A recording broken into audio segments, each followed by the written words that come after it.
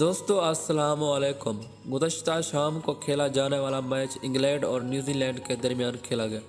ताहम न्यूजीलैंड के हाथों इंग्लैंड को शिकस्त के बाद आज का टकराव पाकिस्तान और ऑस्ट्रेलिया के दरमियान खेला जाएगा।